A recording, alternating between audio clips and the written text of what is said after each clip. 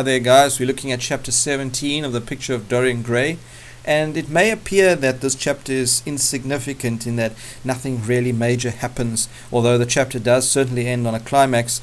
It is an important chapter, and the way we're going to get the most out of it certainly is if we pay attention to the diction or the word usage in terms of what the characters say to each other and just say in general. Right, you'll remember at the end of chapter 16 we had Dorian Gray and James Vane have that altercation, and Dorian convinced James that he was only about 20 years old and he couldn't possibly be the man that James was looking for, and James agrees and lets him go. And then the lady comes out of the opium den and says, no, it's about 18 years since Prince Charming made me what I am. They say he has sold himself to the devil for a pretty face. And so James Vane realizes that that is what Dorian Gray looks like. He had the right man and he let him go, and no doubt he's going to be on the hunt for blood to kind of get him back for what he did to his sister. Alright, so chapter 17 is a week later after this altercation, and Dorian is sitting in a conservatory at Selby Royal. Selby Royal is a country estate where Dorian's having a little bit of a party, and there are quite a few guests there. There are more coming the next day, but apparently Duchess of Monmouth and her husband are there, as well as Lord Henry. And the Duchess of Monmouth is Lord Henry's cousin. She's quite beautiful. It explains there how she's got nice white hands, her full red lips were smiling, blah blah blah, etc. But that's not really too important. But what is a conservatory? A conservatory is usually a room at the end of a house that is made mostly of glass. And of course, being in England, it's very cold, so they cherish the sun where they can. So although it's a bit like a greenhouse in that you can plant plants there and grow plants and things like that, it's very often used as an entertainment room or lounge where guests can gather and enjoy the sunshine and warmth, and that's certainly what it's being used for in this chapter. And the Duchess of Monmouth has the ability, which is quite unusual for women, as we've seen in the in the novel thus far. She's able to give Lord Henry just as good as she gets. In other words, Lord Henry comes with all his witty sayings, and she has equally witty sayings in return. If we look here, Lord Henry says, "It is a sad truth, but we have lost the faculty of giving lovely names to things. Names are everything." Now that should be throwing little flashing lights to you. Names are everything. Can you tell me where names are everything? Yes, the name Prince Charming is everything for Dorian Gray right now. I never quarrel with actions, my one quarrel is with words. So Lord Henry is saying that his power lies with words, in that he's able to manipulate people by using words and saying things in such eloquent ways that he's able to convince people of things. He says the man who would call a spade should be compelled to use one. It is the only thing it's fit for. Somebody who calls a spade is somebody who says things exactly as they are. They don't sugarcoat them. And he's saying that that's not a good characteristic to have. Then the Duchess of Monmouth, Gladys is her name, says, "Then what should we call you, Harry?" And Dorian says his name is Prince Paradox. Now a paradox, as you know, is like a seemingly contradictory statement, which is actually true, but he's talking about paradox there because he recognizes that Lord Henry sometimes says things but doesn't act on them, or says things that aren't actually what they appear to be. So that's a clever title that he's given Lord Henry there. "From a label there is no escape. I refuse the title," says Lord Henry. Again, although Lord Henry is saying that, and he doesn't know anything about the situation between James Vane and Dorian Gray, I'm sure, but we as the reader know that there is something to take note of. From a label there is no escape. The label Prince Charming, despite 18 years later, it's still affecting Dorian Gray. He cannot escape that title. So that's important. Then, while they have this conversation, the Duchess of Monmouth says to Lord Henry that I've disarmed you of your shield, but not of your spear. In other words, what she's saying about Lord Henry there is, I've taken away your shields. In other words, you're not so protected anymore because I'm giving you as good as you're giving me. But I can't take away your spear. And your spear, in terms of words, is what you are able to do to people, or how you are able to change their way of thinking. For example, the way that he has affected Dorian and so many other friends, in inverted commas, that he has. I never tilt against beauty. That is your error, Harry. Believe me, you value beauty far too much. You value beauty far too much. Yes, he does value beauty far too much. Who else does that? Dorian Gray. How can you say that? I admit that I think that it is better to be beautiful than to be good. Alright, that's nothing new coming from Lord Henry. But on the other hand, no one is more ready than I am to acknowledge that it is better to be good than to be ugly.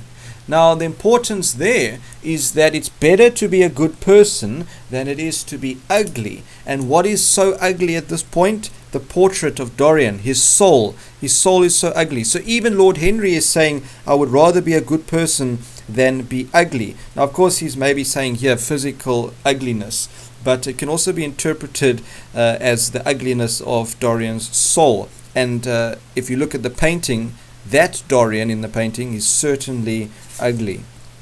Alright, and they continue with a back and forth kind of conversation here. And here, for example, what of art, she asked. It is a malady, is a disease. Love, it's an illusion. Religion, the fashionable substitute for belief. So everything that Gladys says, Lord Henry has a counter-argument, and that's just typical of his character. Our host is a delightful topic. Years ago, he was christened Prince Charming, and when Dorian hears that, he obviously, don't remind me of that.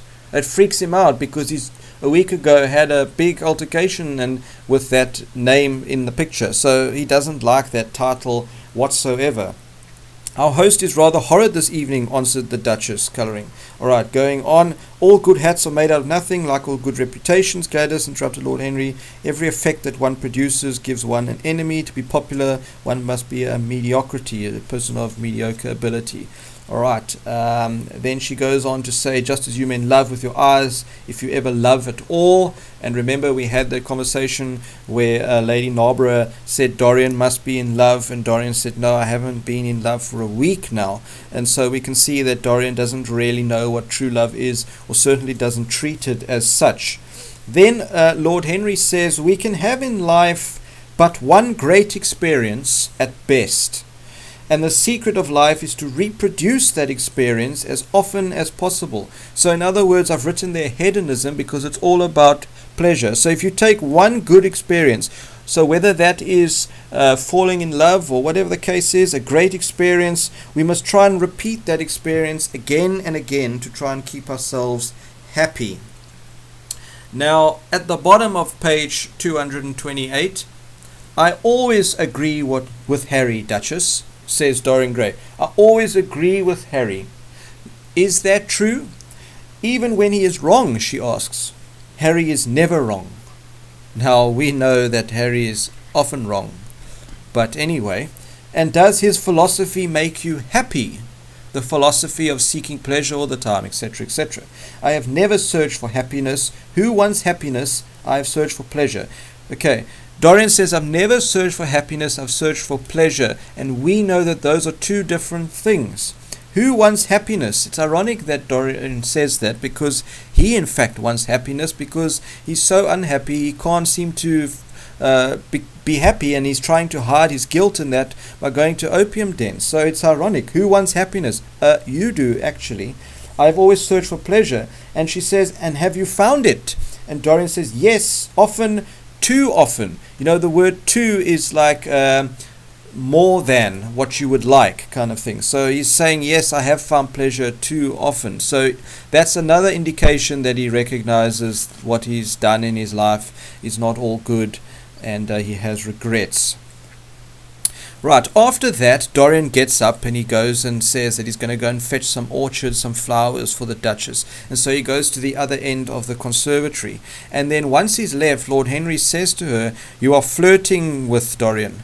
And eventually they just talk about it. And then Lord Henry says, you have a rival. And she says, who? And he said, Lady Narborough, she perfectly adores him. So in other words, if you really do want to get with Dorian, I'm afraid you're going to have to compete with Lady Narborough. And we saw in the previous few chapters that Lady Narborough was absolutely over the moon with Dorian. She absolutely adored him.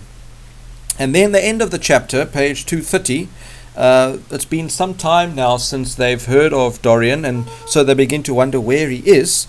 And it says there, from the far end of the conservatory came a stifled groan, followed by the dull sound of a heavy fall. And everybody started up, and they went to go and check, and they found Dorian Gray lying on the ground. And he was carried to the blue drawing room, and he lay there upon one of the sofas. And when he came to, he said, "Oh, I remember what happened. Am I safe here, Harry? Am I safe?" You know, why would you not be? Of course, nobody knows what he's talking about. And they just assume that he was tired and he just fainted.